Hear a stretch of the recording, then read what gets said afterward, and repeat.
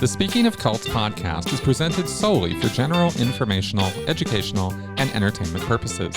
The use of information on this podcast or materials linked from it is at the user's own risk.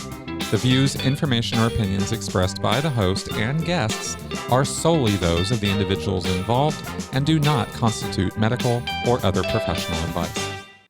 Hey everyone, welcome back to Speaking of Cults. I am your host, Chris Shelton. It's just me this week for a bit of monologue, and I want to talk about something that might initially sound a little abstract, maybe even a little intimidating, but I promise you this is really practical and useful stuff. We're going to talk about philosophy and how it can become an actual ally in your recovery after leaving a high control group or a cult. Now, I know what some of you might be thinking already. Philosophy? Isn't that dusty books and stuffy old guys with beards and debates about how many angels can dance on the head of a pen? Well, yeah, there is all that. But there's a lot more. If you've just come out of a situation where you were handed a rigid, all-encompassing belief system, the last thing you might want is another system of thought telling you how to see the world. I completely get that. And the last thing I'm going to do is recommend you go jumping headfirst into another cult. But here's the reality we all face after leaving. Your world has been turned upside down. You're probably untangling years, maybe decades of manipulation, intense influence, emotional overwhelm, and propaganda. You're questioning things you held as absolute truth. You might feel lost, unsure of who you are anymore, what to believe, or even how to think clearly after having your thoughts so carefully managed and policed. Cults thrive on creating this narrow focus, this black and white thinking, and they actively suppress your ability to question, explore diverse perspectives, or trust your own judgment. This is where philosophy comes in, not as a new dogma, but as a toolkit. At its heart, philosophy means the love of wisdom. It's about asking the big questions like, what's real? How do we know things? What does it mean to live a good life? How should we treat each other? It's about learning how to think critically, not just what to think. And those skills, learning to examine ideas, weigh evidence, explore different viewpoints, that's what cults try to minimize. And that's what can help you rebuild your mental framework and your life on your own terms. So today, we're going to explore what philosophy is and isn't. We'll briefly touch on how it differs from science. Then we'll dive into some specific philosophical tools, from ancient thinkers to modern ones, that can directly help you tackle core challenges of post-cult life, like sorting out lingering beliefs, managing those overwhelming emotional waves, rebuilding your moral compass, understanding yourself better, and finding a renewed sense of meaning and purpose in a world that might feel confusing right now. We're not aiming to become academics. We're aiming to grab some practical tools for the journey ahead. Okay, so what is philosophy really? Well, again, it's love of wisdom. It's humanity's oldest ongoing conversation about understanding the world and our place in it using reason, logic, and critical examination. It tackles those fundamental questions about existence, knowledge, values, reason, the mind, and language. It's less about having all the definitive answers and more about learning to ask better questions, to clarify our thinking, and to examine the often hidden assumptions behind our beliefs. It's a process of inquiry, not a set of doctrines that you have to swallow whole. Now, it's helpful to quickly distinguish philosophy from science, because cults often distort or misuse concepts from both fields. Both are valuable ways of seeking understanding, but they use different tools for different jobs. Science primarily uses the scientific method: observation, experimentation, collecting empirical evidence, things you can measure and test to understand the physical world. How does gravity work? How do cells divide? How does the brain react to certain stimuli? Science is fantastic for answering how questions about the material universe work. It uses evidence-based reasoning to logically go from one step to the next in discovering and predicting the world around us. Philosophy, on the other hand, often tackles questions that science can't easily answer through experiments alone. Questions like, what is justice? Is consciousness just brain activity or something more? Do we have free will? What makes an action morally right or wrong? Why is there something rather than nothing? Philosophers use tools like logic, reasoned arguments, thought experiments, and critical analysis of concepts. They question assumptions and explore the meaning, value, and implications of ideas. Think of it this way. Science can explain precisely how the human heart pumps blood. Philosophy might ask why it's generally considered morally wrong to intentionally stop someone's heart without justification. They might explore concepts like the value of life or bodily autonomy. They're complementary. Science gives us powerful knowledge about the physical world. Philosophy helps us think about what that knowledge means and how we ought to live within that world. Science tells us what's going on, but it doesn't touch on what any of it means, or whether it's good or bad, or right or wrong. When we start asking questions like that, we aren't in science anymore, we're in philosophy. So, why does this matter for cult recovery? Because cults often present their ideology as the only truth, the ultimate science or revealed knowledge, and actively punish questioning or exploring alternatives. Philosophy, by its very nature, embraces questioning. It values reasoned argument over blind acceptance. It inherently explores multiple perspectives. It gives you both the permission and the tools to doubt, to analyze, to think for yourself, and to start building your own understanding of the world based on evidence and reason, the very things the cults try so hard to prevent. One of the core branches of philosophy here is epistemology.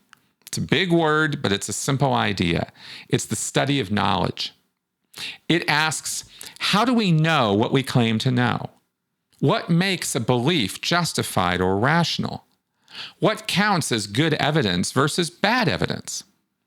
Cults are masters of faulty epistemology. They might tell you that true knowledge only comes from the leader or from ancient texts interpreted only by them or through intense emotional experiences they deliberately orchestrate. They train you to distrust external sources and often to distrust your own critical thinking if it diverges from the group line. Think back to the ancient Greek philosopher Socrates. He famously wandered Athens, not lecturing, but asking people probing questions about their beliefs. What is justice? What is courage? He showed them, often gently, but sometimes not so gently, that they didn't really know what they thought they knew. This Socratic method, persistent, careful questioning, is a powerful antidote to dogma. We talk about it now in terms of street epistemology, a fantastic modern use of philosophy to help people better understand themselves and each other. And that is an example of how you can use this stuff practically. Start applying Socratic questions to beliefs that still linger, or even new ideas as you encounter them. For example, you could say to yourself, okay, I still sometimes feel like my former leader was divinely inspired and said true things. What evidence do I actually have for this feeling or belief now? Where did that evidence originally come from? Was it presented fairly? Could there be other explanations for the experiences I had? What assumptions am I making? Does this belief logically follow from those assumptions? It feels weird at first, maybe even scary, but it's like exercising a muscle that the cult kept telling you was useless.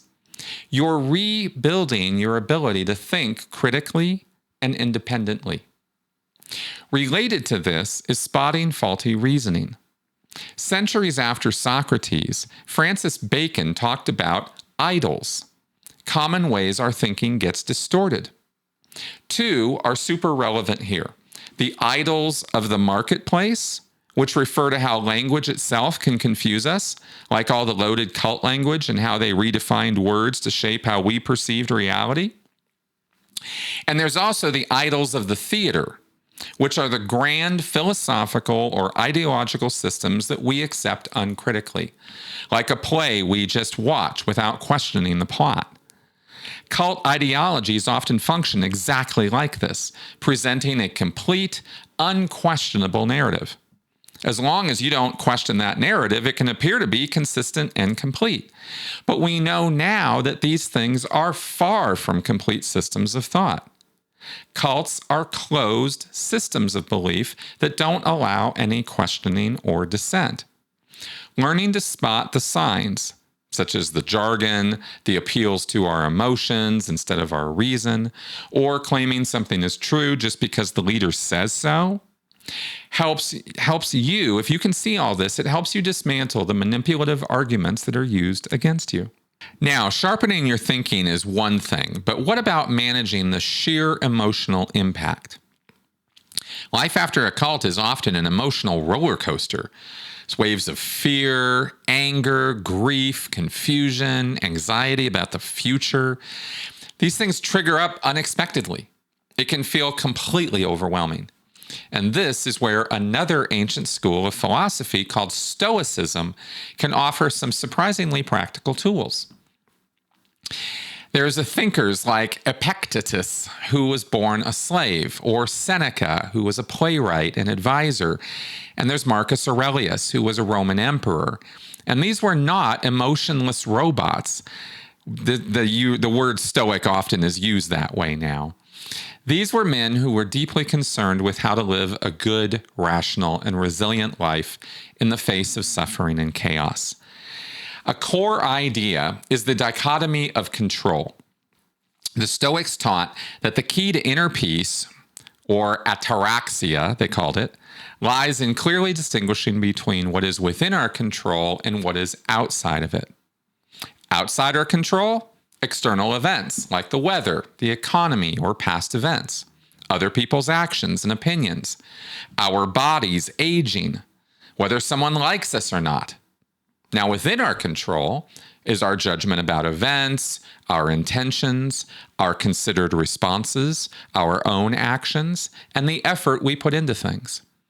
So how is this useful? Cults try to exert maximum control over everything. Your thoughts, your feelings, actions, information, relationships, all of it. Stoicism helps you reclaim sovereignty over your inner world. When you feel overwhelmed by a painful memory, a trigger, or uncertainty about the future, you can pause and you can ask yourself, is this thing causing me distress right now something I can actually control? If the answer is no, then acknowledge it as a reality. Accept you can't change it, but focus intensely on what you can control. How do I interpret this feeling? What meaning do I assign to this memory now? What is a rational, constructive response I can choose in this moment? What small action can I take today towards my well-being? This isn't about suppressing emotions. That's unhealthy.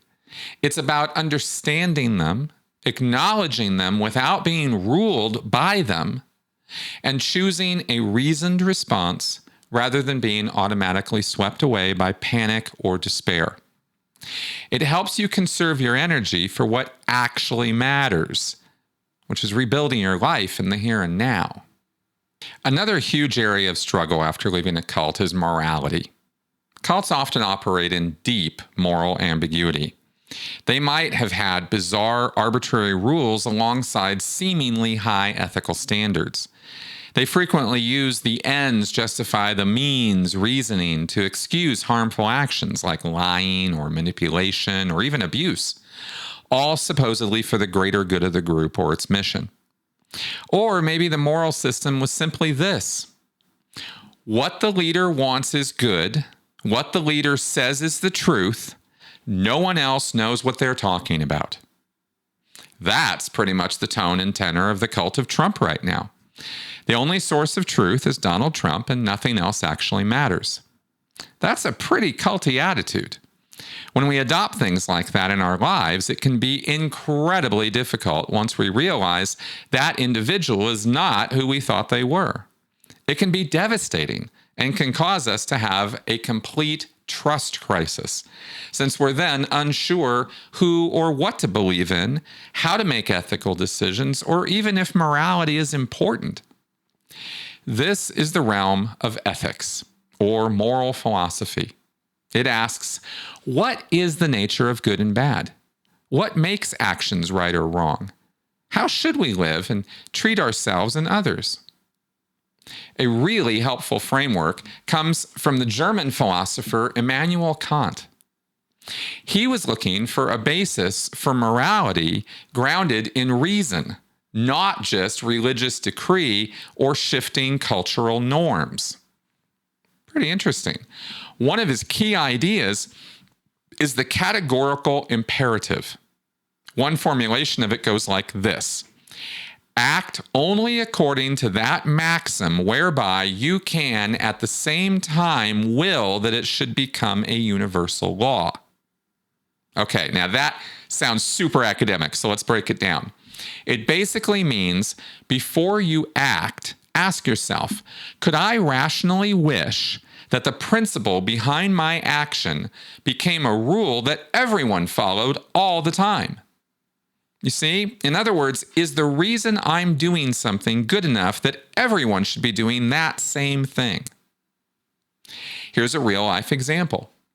Maybe in the cult, you were encouraged to lie to outsiders to protect the group or recruit members. That sure happened to me in Scientology, and it happened a lot. We wouldn't call it lying because that was bad. So we called it telling an acceptable truth. Applying Kant's test, could I rationally want a universal law that says it's okay to lie whenever it benefits your group? Probably not. If everyone did that, trust would completely break down, communication would become impossible, society just wouldn't function. The principle fails the universalization test, suggesting the action is morally questionable. The only way we made it okay as Scientologists was to call it something else. That's a very common way to deal with moral problems and something you should be careful of. Another powerful Kantian idea is the second formulation of the categorical imperative. Quote, act in such a way that you treat humanity, whether in your own person or in the person of any other, always at the same time as an end and never merely as a means. Okay, put simply, treat people, including yourself, with inherent respect and dignity, recognizing their own goals and autonomy. Don't just use them as tools to get what you want. Cults constantly violate this. Members are often treated as mere means to be the leader's ends, means for collecting money or gaining labor or boosting the leader's ego or fulfilling the leader's desires. Shunning former members treats them as means to enforce conformity. Demanding unquestioning obedience treats members as means, not ends in themselves. So how can this help you now? Well, this principle offers a clear, powerful ethical guideline as you rebuild relationships and make decisions. Ask yourself, in this interaction, am I treating this person or are they treating me with the respect they deserve as a fellow human being with their own life and goals? Or am I primarily using them, or being used, to achieve some other objective? Applying this to yourself is also crucial. Recognizing your own inherent worth and refusing to let others treat you merely as a means to their ends is a vital step in recovery.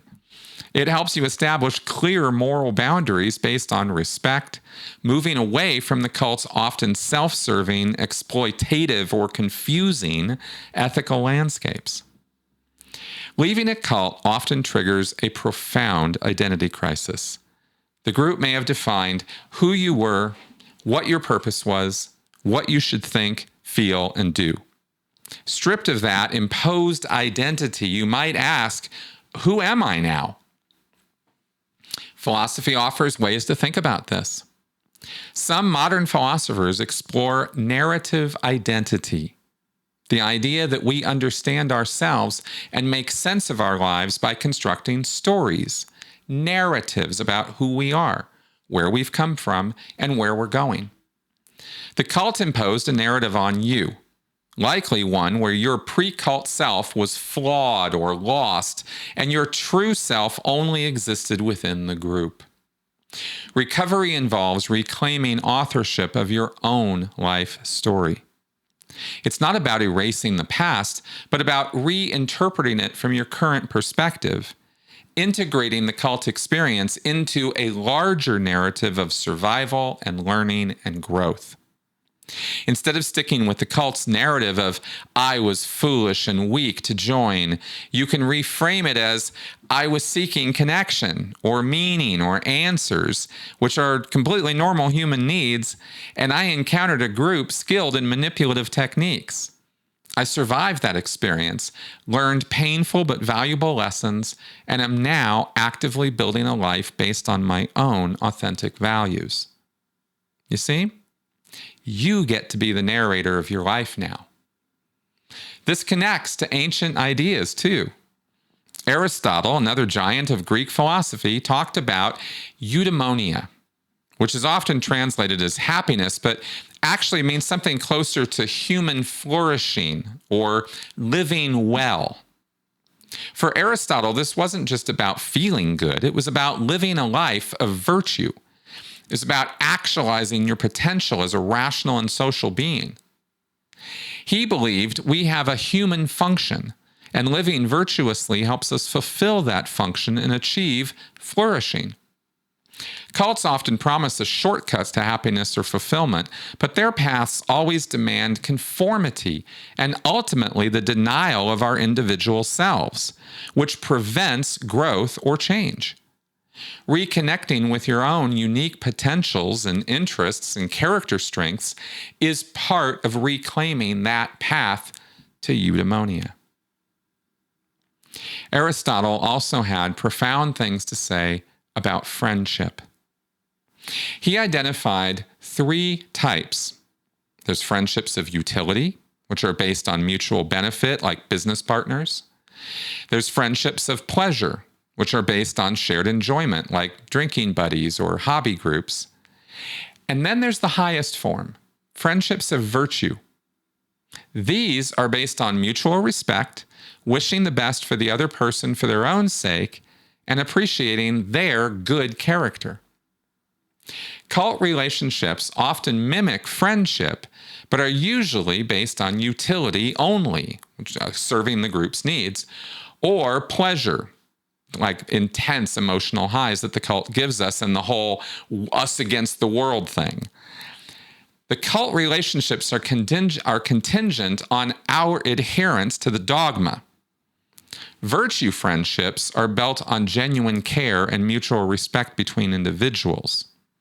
Understanding this distinction can help you assess past relationships and consciously cultivate healthier, more authentic connections now. Recognizing that a post-cult friendship feels solid because you genuinely admire the other person's kindness and integrity, their virtue, not just because you both have the same traumatic past or enjoy the same movies. And that can really help you build up a truly supportive network of friends. One of the most disorienting parts of leaving a cult is confronting reality. The reality of the group's deception, the leader's flaws, and the world outside the bubble. It can be painful, shocking. It's like waking up from a dream. And there's something in philosophy that almost feels like it was conceived just for us ex-cult members. You've heard of Plato. He was Socrates' student. And he's the one who came up with what is called the allegory of the cave. He imagined prisoners chained in a cave, facing a wall their entire lives. Now, behind them, a fire was burning, and puppeteers were casting shadows on the wall. And the prisoners believe these shadows are reality because it's all they've ever known. They're not aware of the big, wide world in all its color and prestige. They only know the cave and the shadows on the wall. So imagine if one prisoner is freed and dragged out into the sunlight. The real world would be blinding and painful and very confusing. If they saw all that and then returned to the cave to try and explain the truth to the others, the remaining prisoners would think they're crazy and even dangerous. They might even try to harm that person for disrupting their reality. This allegory resonates deeply with the cult experience. The shadows are the cult's manufactured reality, the limited information, the distorted worldview. Escaping into the sunlight of external reality is often painful and disorienting. It explains why it's so hard to wake up people still inside. Their reality feels complete and true to them. Plato's allegory validates the struggle, the disorientation, the difficulty of adjusting to a world drastically different from the one you knew. But once you're out, adjusted to the sunlight, the big question hits. What now? If the cult's purpose was a lie, what is the point? This feeling of searching for meaning in a world that doesn't hand it to you on a plate is something the 20th century philosopher Albert Camus explored through absurdism. Camus identified the absurd as this fundamental clash. Our deep human craving for meaning, purpose, and rational order, bumping up against a universe that seems silent, indifferent, and lacking any inherent built-in meaning. It's not that the world is absurd or that we are, but the tension between our need and the world's silence, that's the absurdity. He famously used the Greek myth of Sisyphus to illustrate this. Sisyphus was condemned by the gods to eternally push a huge boulder up a hill, only for it to roll back down just before he reached the top. Forever. Sound familiar? That feeling of endless, repetitive, seemingly pointless labor for the cult's goals. Recruiting quotas, fundraising targets, ritualistic tasks can feel very much like pushing that rock. But Camus gives Sisyphus a twist. He says we must confront the absurd head on, acknowledge the lack of inherent cosmic meaning, and then rebel against it. How? By embracing our freedom and consciously creating our own meaning through our choices and actions. Camus powerfully concludes, quote, "One must imagine Sisyphus happy," end quote. Why? Because in the moment Sisyphus accepts his fate, understands the objective futility from the god's perspective, yet chooses to turn back down the hill and push the rock anyway, with scorn for his punishment, he reclaims his existence. His meaning isn't in reaching the top, it's in the conscious struggle, the defiant act of living and choosing despite the absurd. What can Camus offer you? A profound shift in perspective? It validates the feeling that past efforts might seem meaningless now, but instead of despair, it offers defiance. You can acknowledge the lack of prepackaged universal purpose and still choose to live passionately. You create meaning, not because the universe dictates it, but because you decide what gives your life value. Maybe it's authentic connection, or learning, or creativity, or compassion, or experiencing beauty, or it's the simple dignity of facing hardship with courage. It's finding your meaning in the living, in the conscious, even with all its difficulties.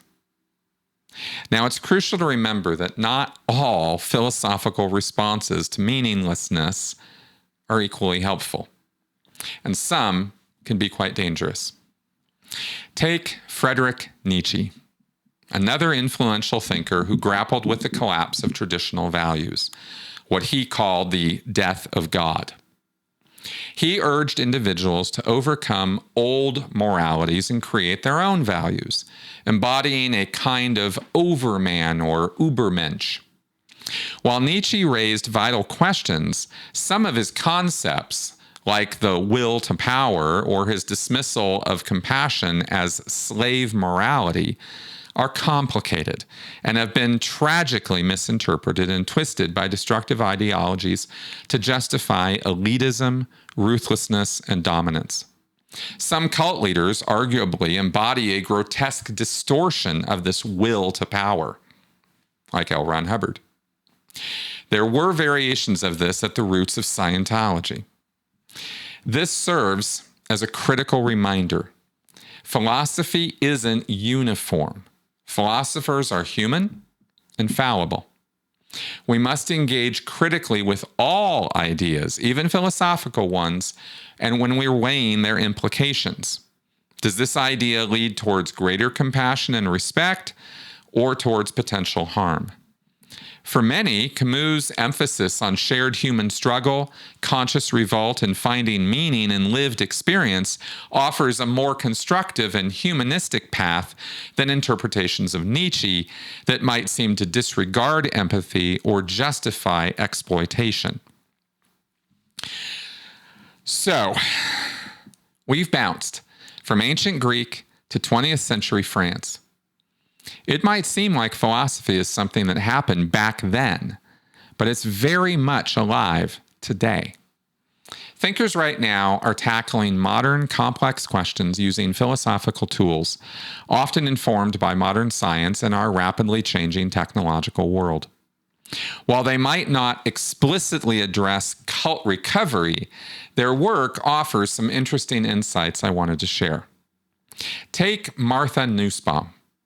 She has written extensively about the crucial role of emotions in our rational and moral lives. Countering a long tradition that saw emotions as purely disruptive, Nussbaum argues that emotions are forms of intelligent judgment.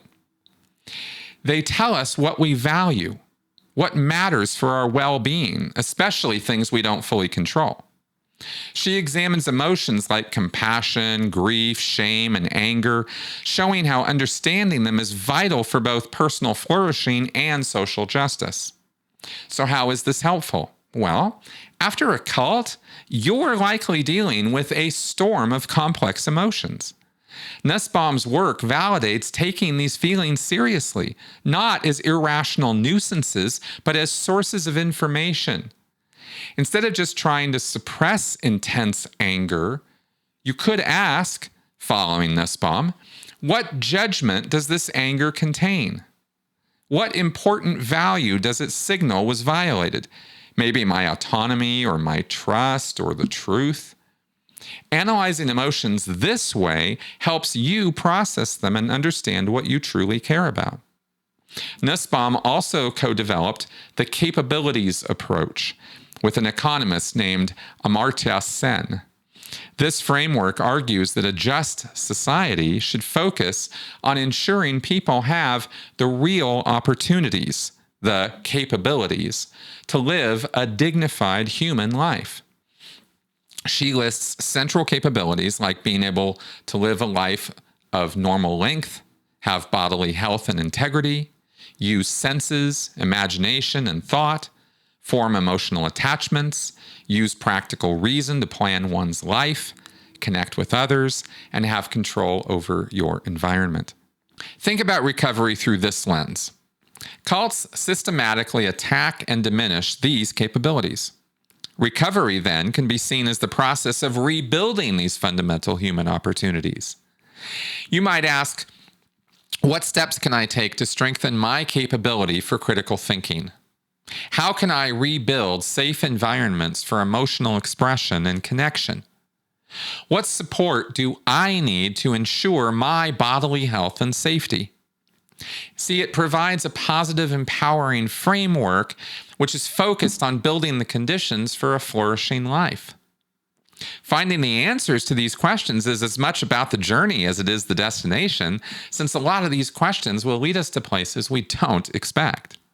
Another key contemporary voice is Kwame Anthony Appiah. He writes powerfully about identity and cosmopolitanism. Now, that's a big and unusual word for recognizing our shared humanity and our responsibilities to each other as citizens of the world, while also engaging respectfully with our genuine differences. He challenges rigid, simplistic identity categories that are based only on religion or nationality, reminding us that these are often complex, overlapping, and sometimes based on lies that bind us into false us versus them dichotomies. This is incredibly relevant post-cult.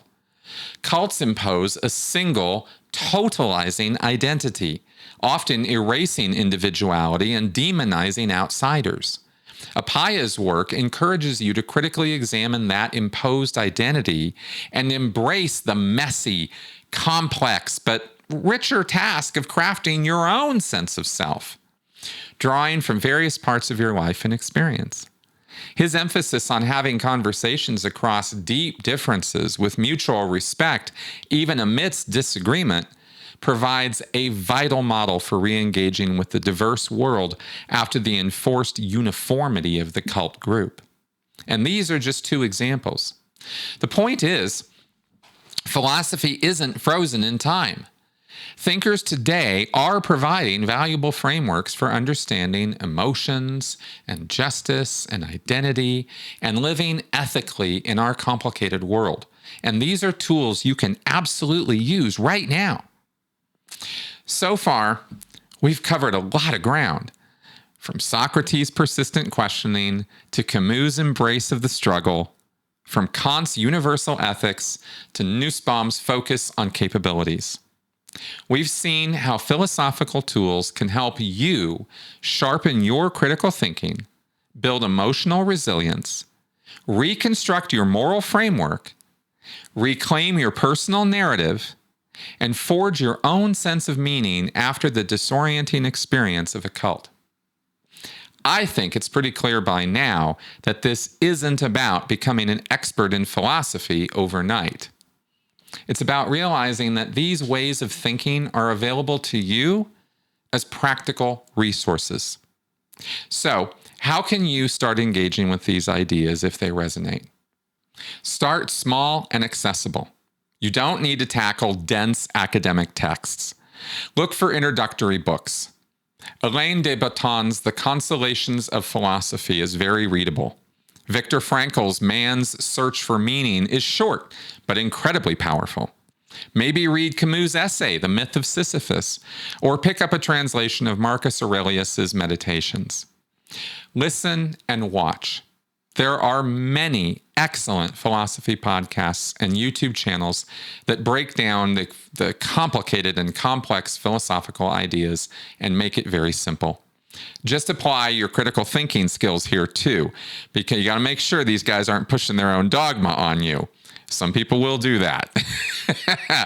Another thing you can do is journal. Try writing about some of these questions yourself. What do I truly believe now and why? What is actually within my control today? What values are non-negotiable for me? What capabilities do I want to strengthen? You can also use discussion. If you've trusted friends or therapists or support group members who are open to it, discuss these ideas. It can be helpful. Always prioritize safety and only engage in these conversations where you feel respected and not judged. That can be important. And this too is crucial. Philosophy is a valuable tool, but it's not a replacement for therapy or professional mental health support, especially when dealing with trauma. Think of it as a helpful complement. Therapy can help you process the deep emotional wounds and trauma. Philosophy can provide frameworks for thinking and rebuilding cognitive structures. So please, if you're struggling significantly, reach out to qualified professionals experienced in cult recovery or trauma. Reclaiming your mind, your values, and your life after leaving a cult is challenging, courageous work. Philosophy doesn't offer magic wands or easy answers, but it does offer centuries of human wisdom on how to think clearly, live intentionally, navigate difficulties, and build a life that feels authentic and meaningful to you. Be patient and compassionate with yourself through this process. You're learning, you're rebuilding, you're rediscovering your own mind. And that is a powerful, hopeful act. That's all the time we have for this week. Thank you very much for coming around and listening to me blabber on here about philosophy. I very much care for your support and your viewership, so thank you for coming around. I will see you guys next week. Bye-bye.